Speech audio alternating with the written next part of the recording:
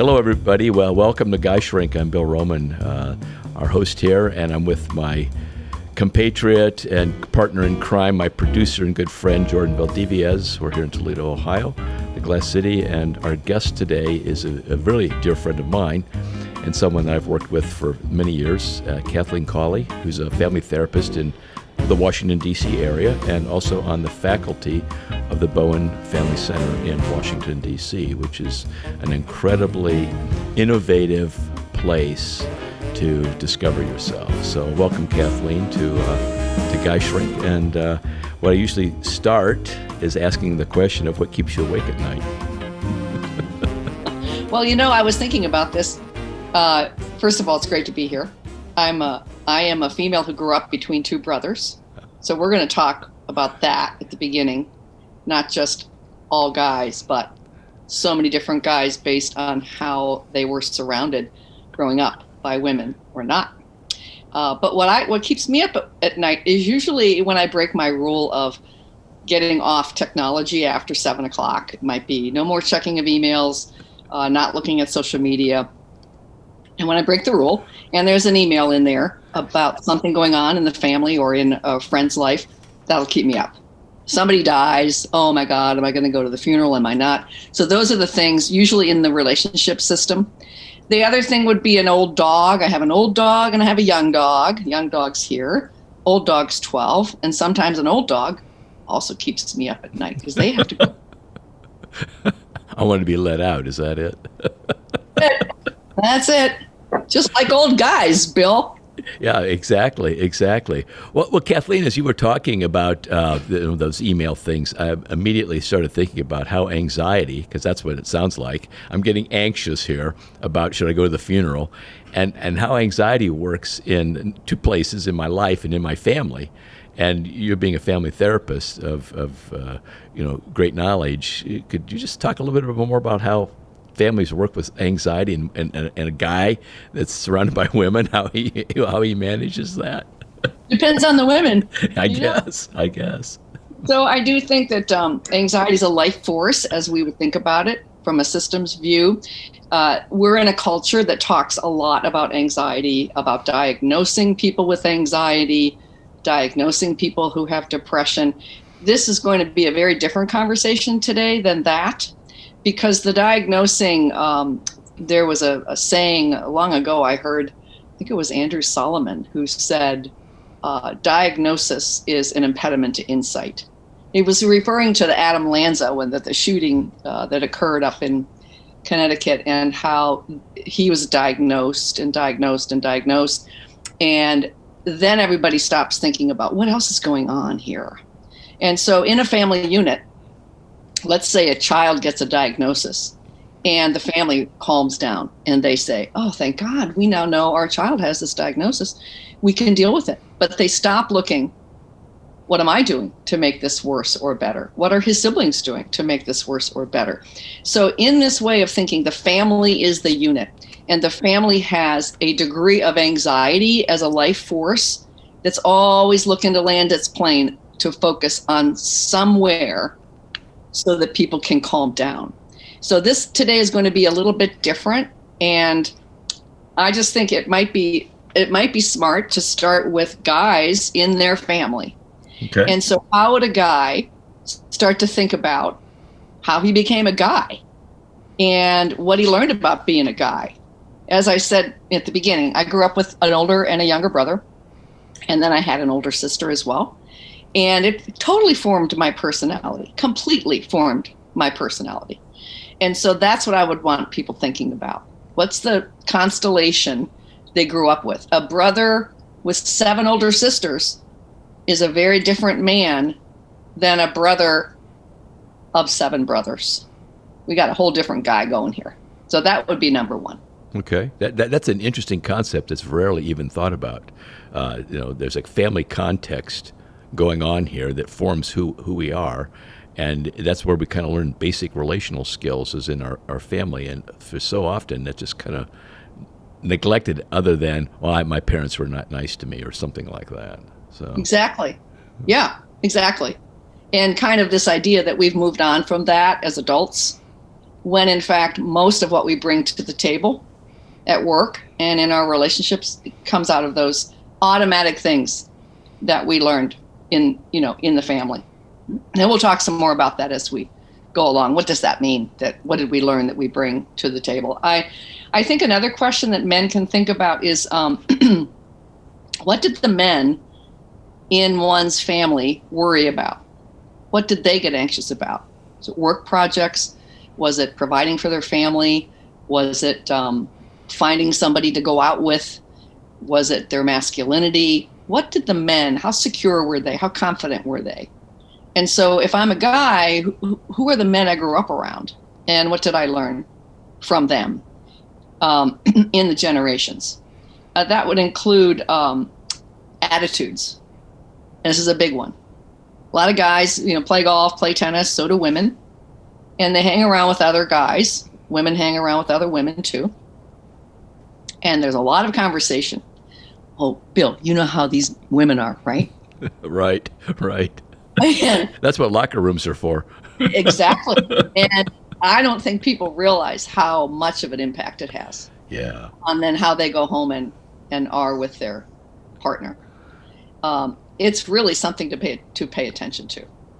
People come in all the time to see me, and they might say, you know how men are. I say, well, they're pretty nice guys in my family. What are they like in your family? I bet that throws them for a loop right there. I just don't think it's thought about. I think it's so automatic. Right. People say, oh, you know how they are. Well, ooh, it's another impediment. It's a showstopper to believing that your partner can be different every single day. Yeah, it's kind of like, men are from Mars and women are from Venus, and there it is, the gospel truth. That's it. Yeah. Well, I mean, and there's even some gender stuff in that doesn't always apply. I think that if men have an idea that women are controlling, they don't appreciate, they don't like doing what I do, all these ideas in the head of the man, that will get out into the relationship. And how shocking if they would just think to ask.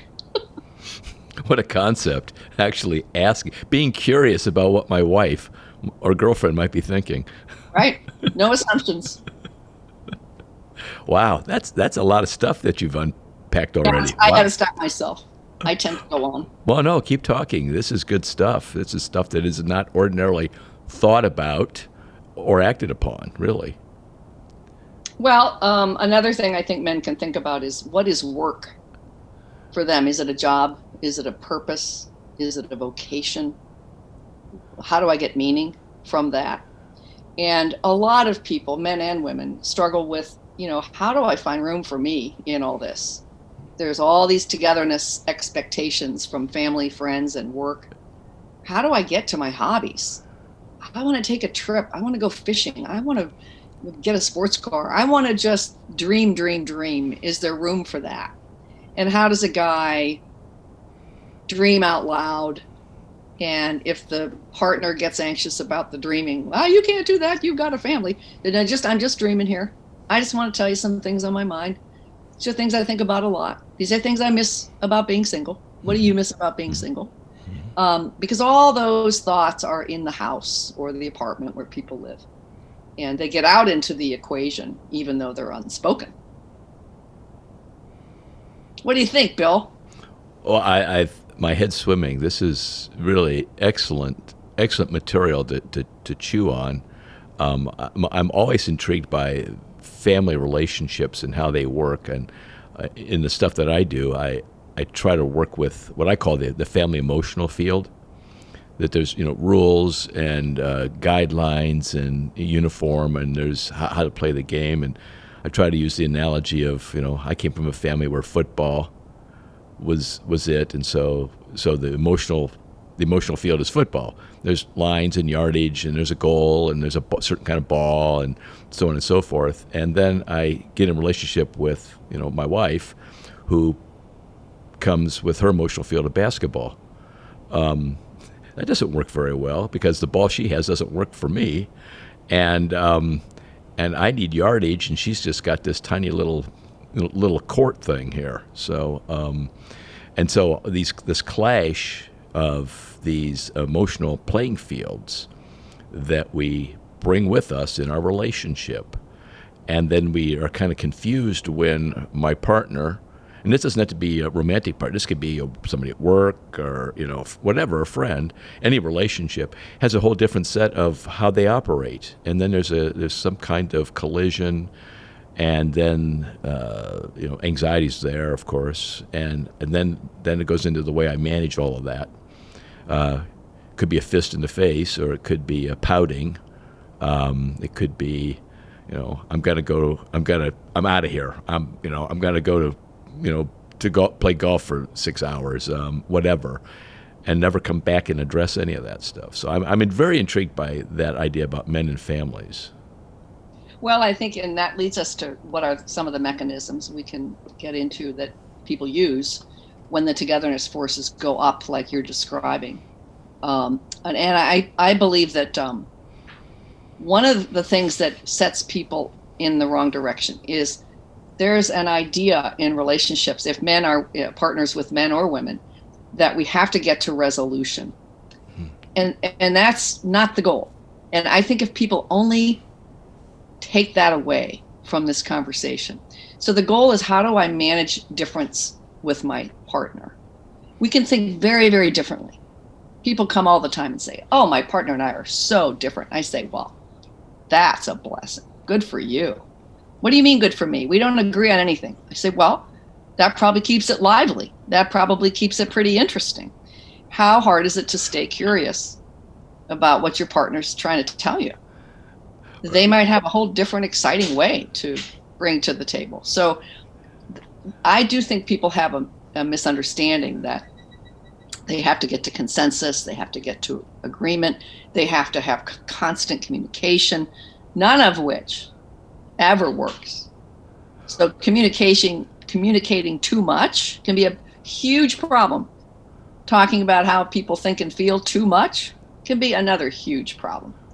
So, for instance, when people come into an office, I don't let them look at each other. People say, we can't look at each other. No, you can't look at each other because I want to know what you're thinking.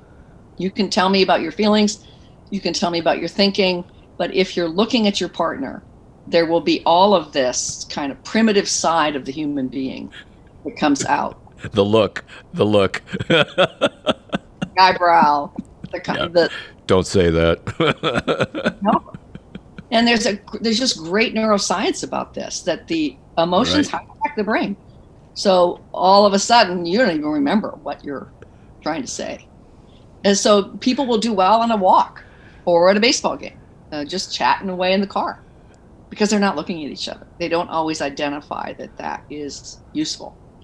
But it is one thing that they can start paying attention to. Yeah, I want to somehow or other answer in a way that'll either make my partner upset or keep them less upset. So I kind of look for these cues that he or she is giving me, and I act off of that as opposed to what's really going on inside of me. This is a really interesting way to look at relationships, as opposed to something that needs to be fixed or resolved. In my work with couples, I move away from the conflict resolution model and try to talk about conflict management, which just says it's going to happen. So why don't you embrace it and see what creative thing can come out of that? Well, because conflict is not a bad thing. No, not at all. People know where they stand. Conflict. You'll get these families where nobody ever fights about anything. It's hard to know who's thinking what. Are you thinking that? Am I thinking that you're thinking that? With conflict, yeah, sure, it can be uncomfortable, but everything's on the table. Oh, you think that? Ooh, okay, I better take that home and chew on that for a while. As opposed to, how you doing, Bill? I'm good. Anything wrong? Nope. Yeah, fine. Everything's fine. Yeah. You seem a little worried about something. Nope, I'm good. So let's say a guy will say to me, look, I go home, I've got a lot on my mind. I'm worried about a project. I don't want it to infect my family. I just go about my business. I say, oh, I bet you do. You are so disarming when you do that. I bet nobody knows you're worried and tense. Well, I go back to my room and I turn on the TV. I say, look, let's say his name is Tom. Tom, you bring this big cloud through the door with you. Carry that cloud back to the room. You close the door. The cloud seeps underneath the door. Kids know it. Your partner knows it. Everybody knows you're in a bad mood. But people don't realize how contagious emotion is. So contagious. They think we're covering it up. Yeah. It's like I've said, anxiety is contagious. You get it from those who got it. It's always looking for some place to land. Yep. And which is what our kids got a problem, so the kid's a designated problem, and now our anxiety is localized there, as opposed to the whole family system dance that's happening. That's a good example. So you'll get a child who is seen as the trouble in the family, and the siblings agree, yeah, things are bad, or when he's around, it's better than when he's not. And everybody's very intense around this child. Poor kid, he's got the focus of the anxiety in the unit. So the kid goes to camp. Family says, oh, this is great. He's at camp. We're doing fine. The 4 of us. Woo, life is so good. Kid comes back, walking in like a sitting duck. Focus goes right back to the kid. Family does the same pattern. And that family doesn't see, how is my intensity having an impact on this? How is mom joining the other children that he's the problem? Yeah. That's what I mean by a family is the unit. Yeah. Of course, the kid gets the message, I'm the problem. It really does. As soon as you start sending him to therapy or whatever, the message is, I must be a problem here. A question I often ask people I'm working with is, what is it that you do that leads her to do what she does, or what is it that you do that leads him to do what he? I don't use the word cause, but I just said, what is it that you do that leads them to do what they do? Because there's a connection, there's an emotional connection there. Yep. What is my partner up against in living with me? I mean, that. What a question. Can you imagine what would happen if you said, okay, how about going home and asking your partner, what's it like living with me? Yeah. And see what happens. I think that's a great idea. I think our partners who live with us have lots of knowledge and can provide a lot of research on self. What is it that you see me doing? Let me give you an example. A couple of years ago, I was with my nephew. He was probably 18, 19, and my husband and I are having a burger for lunch. And we're driving home. My husband says to me after we left the nephew, do you want some feedback? I said, yeah. He said, he's very quiet. And you were talking in order to, quote, help him. But he didn't have any room to speak. I said, oh, this is the best feedback ever. So a couple weeks later, I went and did something with this nephew. We went skiing. And I decided I wasn't going to talk about anything of import all the way down. So I said, tell me about your music. Told me about his music. Next thing he told me about his work. Next thing he told me about his girlfriend. But the whole time I'm regulating. Don't help him. He's fine. You just didn't give him any room to say what he was thinking. He never stopped talking all day. So Kathleen, that's what I mean by feedback from a partner. Yeah. Kathleen, it sounded like you were a little too over-functioning there. Amen. And they became under-functioning by just not talking, period, Let's talk about that. What do you know about that? What's that? What do you know about over-under functioning? Let's talk about that's one of the 4 mechanisms that people use to handle their own anxiety. My kid comes with a project that needs to be, school. And of course this is to be perfect because my kid is perfect. So I tell you what, I'll do this after you go to bed. And, I've made the house or whatever it is. And I'm guilty of this. That's why I'm bringing it up, and, or give me the name of that principal. I'll call him. I'll get this taken care of. And of course, as you know, I've heard from both the kids is, Dad, you always screw it up worse. That's over functioning. And the message we send when we do that is, you're too stupid to figure this out for yourself. Let me do it. Yeah, you take the capacity of the other person away. Yes. But how do you think it is that people don't know that they're doing things for other people, children, partners, that those people really should be doing for themselves. Because again, let's go back to the family. Let's say that a guy is an older brother of 3 sisters who loved his help, turned to him for advice, followed his advice. He's going to take that to the table. Now, if he's living with a woman who's also an oldest, she's probably not going to welcome all that advice. But let's say he marries a woman who was the youngest of 5 brothers, and she leaned on those brothers. She's going to love that she's got this husband that helps her out, tells her how to think. She's going to love it. He's going to do it until it doesn't work.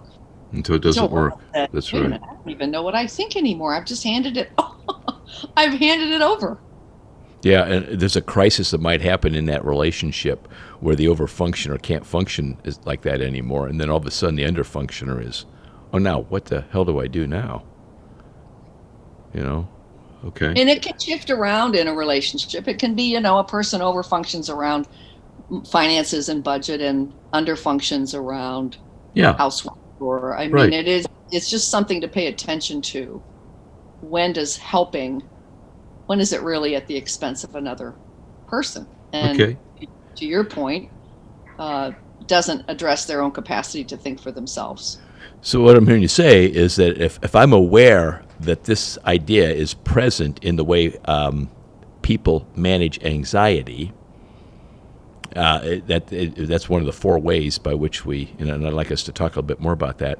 If I'm just aware that I have a tendency to become the savior, a friend of mine says to me, Bill, you have the Messiah at large complex, the Messiah at large, and so I have to laugh at that, but there's a lot of truth to that, and so if you're aware that. Do you think guys know they're doing it? Well, it depends on the way they receive the feedback. I was thinking when your husband said, hey, do you want some feedback about that conversation with the nephew? You were very open to, yeah. But there's a lot of people that would have said, no, I'm not, I don't want to hear that, and would have gotten into defensiveness. Now, I know that when we become defensive, we shut off the ability to take in information. We become impervious to any outside information, and we stay in our own little world. So defensive nature of I just say guys in general, can be very problematic in relationships. And I do want to say that the stuff we're talking about is applicable for human beings. Whether you live in Afghanistan or Nairobi, Kenya, or Anchorage, Alaska, people are people, and we act the same way, which is one of the brilliancies of Bowen Theory, I think, which we can talk about it towards the end of the program. I wanted you to say a few words about that. But this stuff is applicable for any relationship. I don't care what it is. It's applicable in the animal kingdom. I think Bowen Theory has a lot to say about family rooted in evolution and science. And I've always had 2 dogs. For 30 years, I've had 2 dogs at any different time. Because you can see it right in your house. You can see the over-under function in animals. You can see conflict, how they handle it. You can see triangles with the humans. It's an amazing resource to watch nature when you're struggling with how to solve things. And so the mechanisms that we would talk about are this over-under doing. Okay. Conflict, triangling other people in, and distance. Okay. So maybe we could go to that conversation. Let's do that. Because these are applicable and all over the place, really. They are. So let's start with conflict. Okay. Because we did the over-under. I have to get my glasses. So I just, I'm noticing that this thumb keeps flashing across the Zoom screen. I cut my finger on cutting cantaloupe when I was in a hurry, so I would not recommend. Well, either you recommend not cutting quickly or not getting cantaloupe. Maybe the cantaloupe's the problem. Not cutting quickly on your lunch hour. And when you're left-handed, so flying across the Zoom screen. Well, left-handed people are in their right mind, I hear. So that's why that's what they said. All right, so let's talk about conflict. Okay. And let's keep it as a natural force of life. Okay. Stay with the dogs for a minute. If you ever go to a dog park and you watch how dogs settle conflict, they do it without a lot of words. They do it with a statement or a look or a and the other one gets it. Now, humans are not this way. Humans some humans love a big fight. Love it. Bring it on. Fight, fight, fight, fight. Yell and scream all day. That is not for everyone. So Right. In my family, I came from that, but my wife's family, everybody was quiet. How do you work that out? well, tell me your thoughts on that one. That's a good one, Bill. Well, I'm just thinking about the emotional playing field. That conflict is resolved by hitting on, not hitting, but keeping at the other person until they either surrender, give in, or whatever. My communication is about helping Karen see it my way. And, Okay. and then maybe her thing is just be quiet and shut down and don't engage. Both of those are ways of having conflict. Right. Correct. So let's talk about them both, because Yeah. they often go together. Think of fight, flight. This is more complex than fight, flight, but think of fight, flight. Mm-hmm. And so in conflict, I like to think about birds on a wire. People go out, they sit on a bench, they watch the birds on a wire, and they say, this is amazing. Look at them bumping and squawking and hitting each other. And then, whoop, they settle out. They're on this wire, looking at the sun, feeling the sun. And we say, look at that. It's a natural living system. Look at them. It's just what they do. But you take the same level of conflict in the human family, bumping and scratching and verbal squawking. And we say, oh, he started it. Oh, she meant this. Oh, he meant that. We read into everything in a fight. We de-escalate it by saying, well, this started and then I blame you and then it's your fault. And if you were different, I'd be fine. So the focus is off self, onto blaming the other. And it's not at all like the birds on the wire, where they can step away sometimes and say, I was just tired. That was a fight. Delete. Reboot. I mean, other times conflict does have to be discussed, but not always. Not always. Because people will say, I'm not going back to start. That'll start a fight again. Say, well, that's part of the problem. That people can't just carry on with their day. If they have a big fight at 2:00, and they were planning to go out at night, they cancel it. Like, keep going. You'll forget what the fight was about. Go to the movies, do what you were going to do. You'll forget it. Your brain will move itself to another area. And guys can understand this too, maybe even a little more than women, although if a guy is flooded and his adrenaline's going and he's feeling panicky inside and he decides he's going in the other room to watch football. And one of my clients might say to me, we can be in the middle of a fight, he excuses himself and he goes to watch football. I say, you're a lucky woman. Mm-hmm. I say, why? Because he's moving his brain. He's going to get off this fight. He's going to calm down. He's going to come back a different guy. That is so true. That's so true because I'm thinking the work I do with couples and the Gottman Institute research, which is thoroughly researched stuff out, says that those timed outs when I'm emotionally flooded are just absolutely essential because you come back a new person. And the idea is go and do something to take between 20 minutes and several hours. Go and do something that will put you in a different frame of mind. Maybe watching a football game or going out for a ride, or I always say, hey, go for a run, go work out, chop some wood, particularly for guys, and calm yourself down, and then come back and re-engage if you're able to. But it's the re-engagement as a new person that's very important.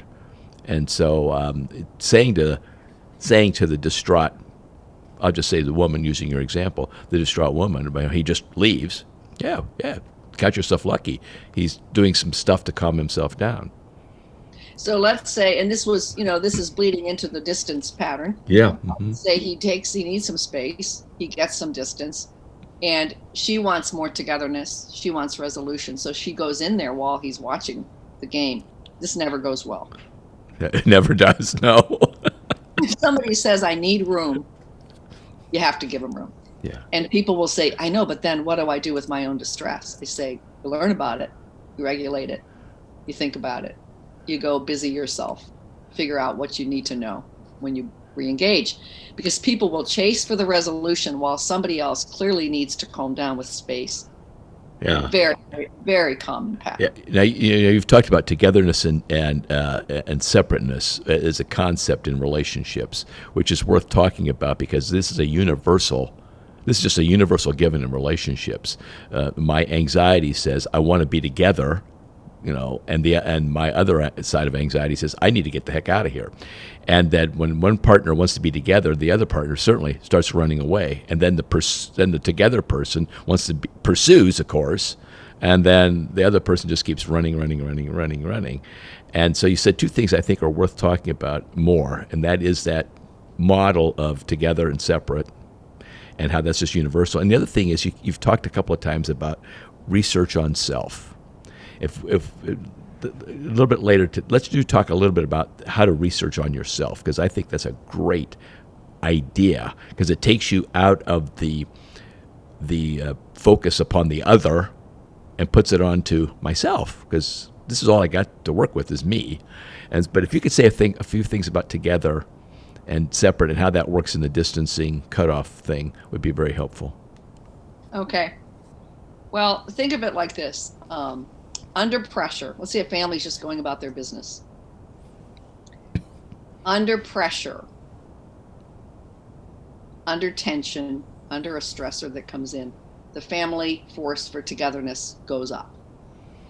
And that then can lead to these patterns being, it can be too much. It can be too much togetherness. It can be too much heightened stress. And so one person wants space, the other wants maybe some conflict, the other wants to triangle in other people and talk about it. And everybody has to look at, how do I regulate myself to be at my best in this group? It can be at work with a boss. You get a bad boss, whoo, brings that tension in every single day. It's a great opportunity for research on self. And so research on self means that you're always learning about what's going on with me. How do I not add to the problem here? And how do I not gossip with other people? How do I not run away from it? Because when people take distance, especially in their home life, they're still very much alive with the fight in their head. They might be in another room, but they're reenacting. My partner said this and then did this, and that miserable person, if I didn't live with this person, my life would be just fine. Right. Well, that leads to some other interesting ideas that get worked out. Yeah, not very smart. Research on self means to understand and really know self. I don't assume that people know much about their awareness of themselves. Do I know the difference between my thinking and my emotion? This is at the heart of maturity. This is in family theory very, very important, because there's variation in people having access to this. So if I know when I'm thinking and when I'm feeling and the difference, I can regulate. I can research, oh wait, this is going on, this is building, here's what I'm, or I'm hungry, or I'm cranky, or I'm tired, or I'm preoccupied. That's research on self. Okay. That we bring to the table. Okay, very good. It's kind of like Socrates said, the unexamined life isn't worth living. I think. Well, I don't know. Some people live to be 105. I guess. Of course, that question is, what's it been like living with you for 105 years? And there's no turning back once you go down the road of self-awareness. So sometimes I think, people are onto something who don't care about self-awareness. I wish I didn't know this about myself. Could you say a word about kind of extreme distancing as emotional cutoff, and how does that play into a family? Well, extreme, there's variation. People vary in their toleration for difference of opinion and in their toleration for how much distance is too much distance. When does it become a problem? When does it become cut off? You just don't talk to each other at all. I mean, there's people who live in the same house for 20 years. They can tell you every single pattern they're involved with when they go to bed, when they get up, when they watch television, but they don't talk to each other. They know how that distance works. That would be an example of extreme distance. People can be distant standing in place. People can be right there talking with you. I can be talking with you right now. I'm thinking, Oh, I wish this was over. Let me get on with my day. Why'd we ask me to do this? He's such a jerk. But I might look like I'm just enjoying myself here. So That's why I drink. That's why we drink coffee in the morning, right? To kind of jazz us up to get through a bad day. Is that it? well, you can be standing in place and be very distant. See, what an interesting concept. We don't even think about that. I'm not really engaged. Yeah. There's just a lot of layers. I mean, physical distance is one thing. You can Yeah. see the person going away. Yeah. You have families who live on the same block who are very distant. Mm-hmm. You have families who live halfway around the world from one another, and they're very connected. Yeah. So there's variation. And I think maturity, the more we're working at maturity as we do research on self, is we know when it's too much. We know when we've stayed away too long from a fight, that it's time to go back and reconnect in some way. And in some way doesn't mean always continuing that conversation. It just means, sometimes it means changing the subject. Mm-hmm. What do you want to stream on for a show tonight? I mean, it doesn't mean repeating that fight. Yeah. Yeah. Yeah. So we don't have to push for the resolution per se. But yeah, I like that. Now, you did talk about one more thing called triangling. What is that about? Well, go to nature for this one too. Yeah, okay. It's everywhere in nature.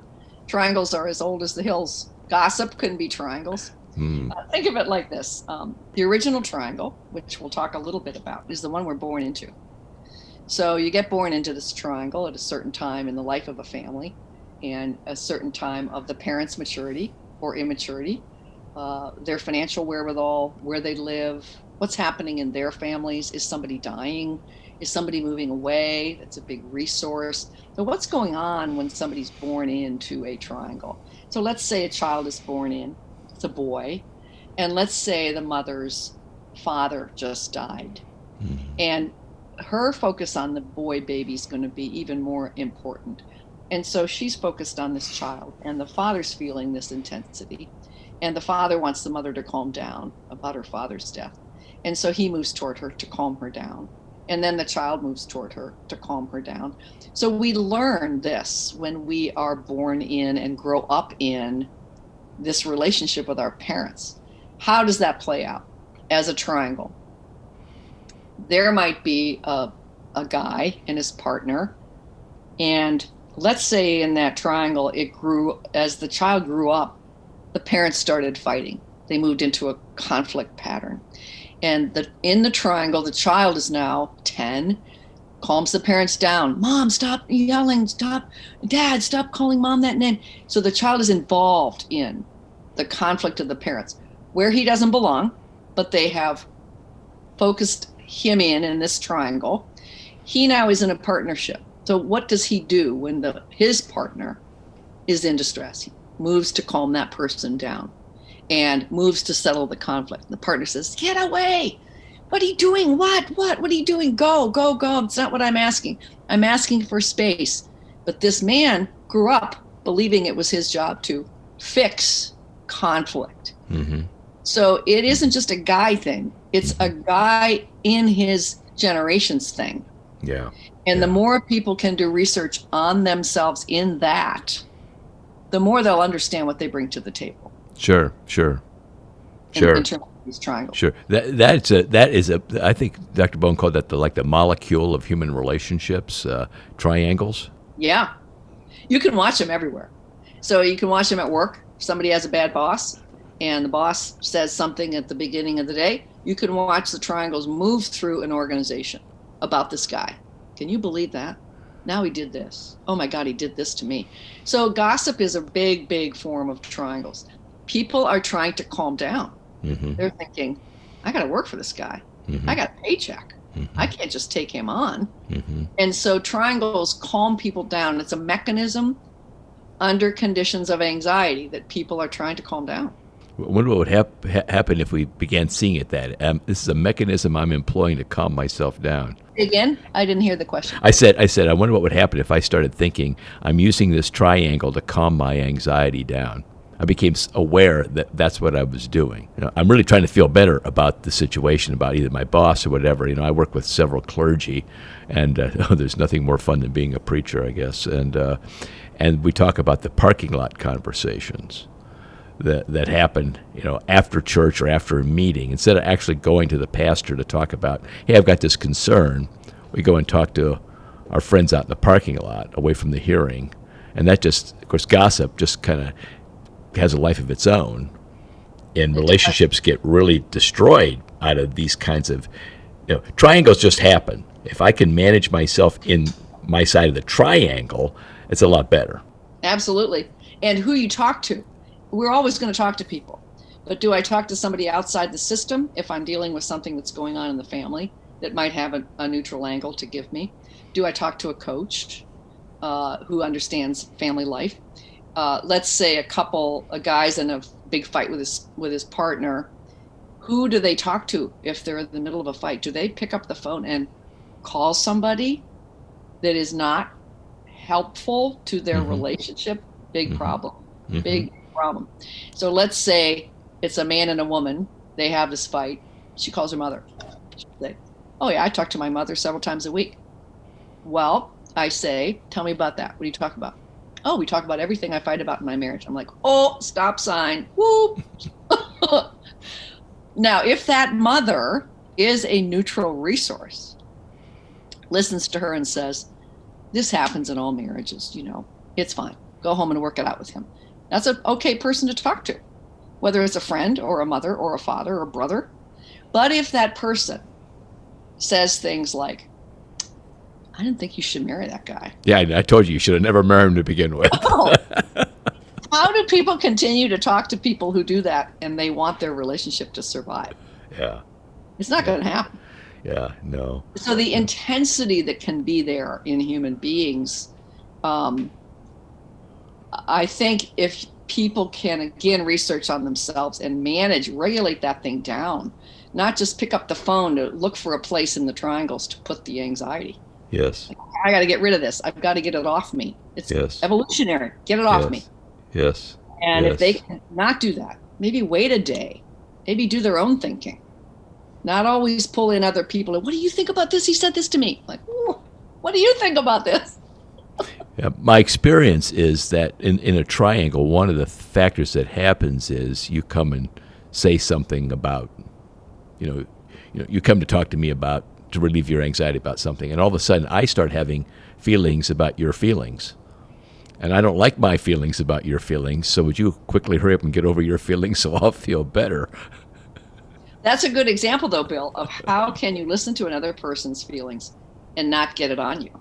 Yeah. How can mature couples can see we're just having a difference of opinion here? This is actually kind of interesting, rather than you don't agree with me, this hurts my feelings. Now what am I going to do? The distress call. And how can people get better at just saying, wow, we really think differently about this? Yeah, yeah. Well, Kathleen, I do want to ask you, kind of wrap things up here. Is there a resource, a couple of resources that I know I didn't kind of cue you up on this, that you could recommend that guys in particular could take a look at or listen to that might be helpful in sorting out some of these issues that you and I have talked about today? Well, I think the first one is to go to their family in their head. Okay. And learn as much as they can about the men. Okay. And how they relate to women, how they relate to other men, how they relate at work. Just learn more from your own generations about how you function in the world. What does it mean to be a guy? I mean, I have problems as a woman sometimes because I grew up between two men. Problems in the sense that, I love sports. I love to talk about sports. I love to banter. Mm-hmm. And that's because of how I grew up with these men.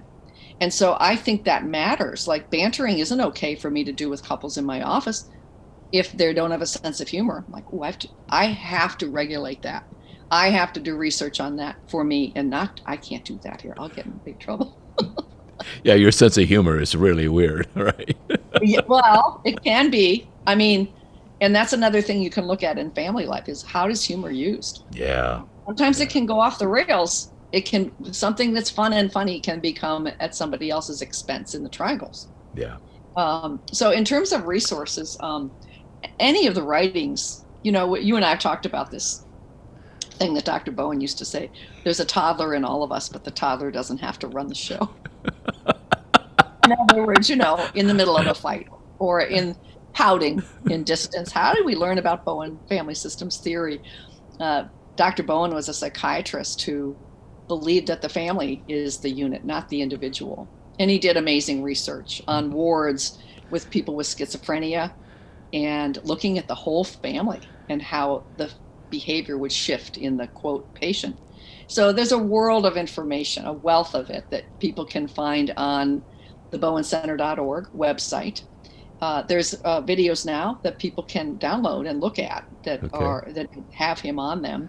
But I think the best kept secret ever is the television show on YouTube. It's called Family Matters. Yes. And on the homepage of the website, go to the YouTube channel. Every possible topic, from conflict to distance to nature to men and women and gender issues and choosing a life partner and on and on and on.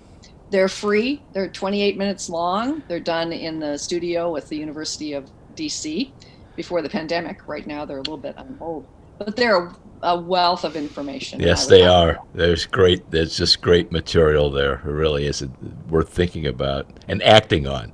Well, Kathleen, do you have like a one-liner bit of coaching, kind of like leave guys with today that, you know, let them roll around in their head with? One idea. Maybe the toddler thing is the one that you want to do. Yeah, maybe.